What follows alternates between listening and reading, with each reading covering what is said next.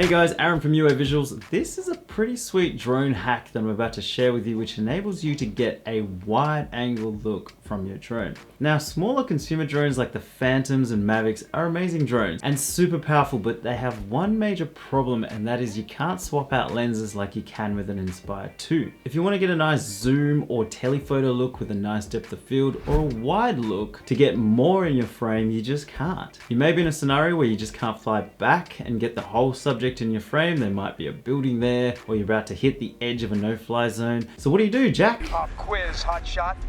What do you do? What do you do? The answer is vertical and horizontal panoramas. Let me explain. Panoramas can be used in a variety of ways, not just for creating pretty landscape images to hang on your wall.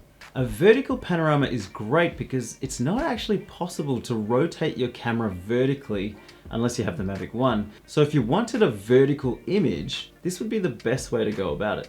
With horizontal panoramas, the best practice is to actually photograph the scene vertically multiple times across the horizon. The reason for this is that shooting vertically gives you more height in your final panorama image. Another great use of vertical or horizontal panoramas is the ability to create a wide angle look without having a wide angle lens available. Now take this shot for example. We were placed in a difficult situation where we needed to capture the whole side of this building. However, we weren't legally able to fly back any further, being in the CBD of Melbourne. So we simply shot this in a series of images from left to right, then stitched the panorama together, creating a wide look, and then we were able to capture that whole side of the building in one shot. Bob's your mother's brother. In this video, I'm going to show you how to stitch together a vertical and horizontal panorama, assuming you have shot these using the DJI Panorama feature in the DJI Go 4 app. Vertical panorama. For a vertical panorama, select all the images you'll be using by holding Shift and click to select. Next, right click, go to photo merge and select panorama. This will give you three options: spherical, cylindrical, and perspective. Wait till this loads up, and what you will get is a preview of each projection. Now this might look a little bit strange, but we'll fix it.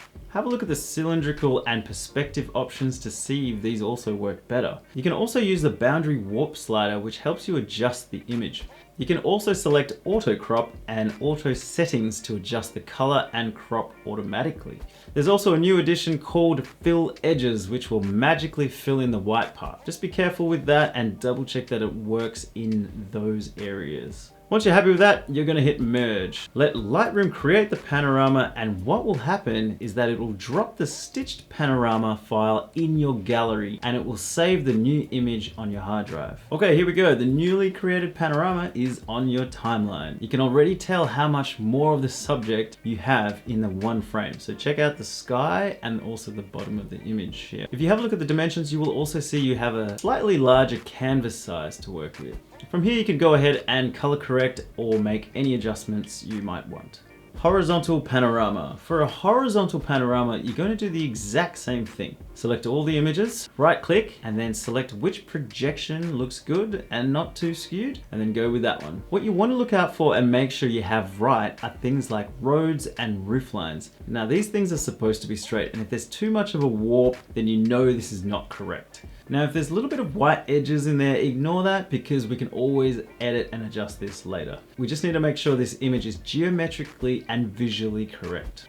Okay, when you're happy with it, hit merge like before, wait till it loads up. Now you can start color correcting. There you have it, a neat hack to create a wide angle look from your drone. If you want to know more about industry secrets like this, using drones for work and play, make sure you check out dronemasterclassacademy.com, where you'll learn the skills needed to fly professionally or to get into the drone industry. You will learn from established drone businesses across all disciplines such as photography, cinematography, real estate, inspections, surveying, and more, all in an online video format at your fingertips. Description below. See you guys in the next one.